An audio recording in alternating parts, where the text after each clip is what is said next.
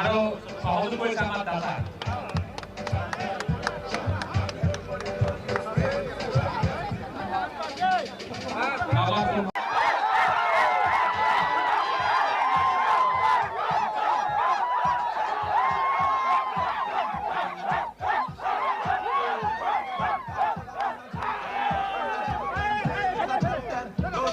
নিশ্চয় আপোনালোকে গম পাইছে আজি আমাৰ যিটো অনুভৱ এই অনুভৱ আচলতে আমি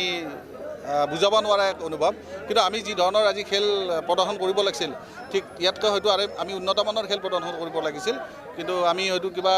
কাৰিকৰী অসুবিধাৰ কাৰণে হয়তো আমি তেনেধৰণৰ খেল প্ৰদৰ্শন কৰিব নোৱাৰিলোঁ কিন্তু আমাৰ কমলপুৰ ফিল্ডখন এটা আমাৰ হৃদয়ৰ পৰাই ইয়াত আছে কাৰণ আমি মানে জন্ম নোহোৱাৰ আগৰ পৰাই এই ফিল্ডখনত আমাৰ জাপিয়াৰ যি ফুটবল প্লেয়াৰ আছিল তেখেতসকলে এই ফিল্ডৰ লগত জড়িত আৰু তেখেতসকলে ইয়াৰ পৰা বহুবাৰ ৰানাৰ্ছ আপ হৈছে তাৰ সমপক্ষত আমিও ইয়াত এই ফিল্ডখনৰ লগত জড়িত হয় প্ৰতিবাৰে আমি ইয়াত খেল অংশগ্ৰহণ কৰোঁ বিগত সময়তো ইয়াৰ পৰা আমি মানে চূড়ান্ত খেলৰ বিজয় বঁটা প্ৰদান কৰি ল'বলৈ সক্ষম হৈছোঁ আজিও ঠিক আমি বিজয় বঁটা ল'বলৈ সক্ষম হৈছোঁ গতিকে আমি কমলপুৰ এই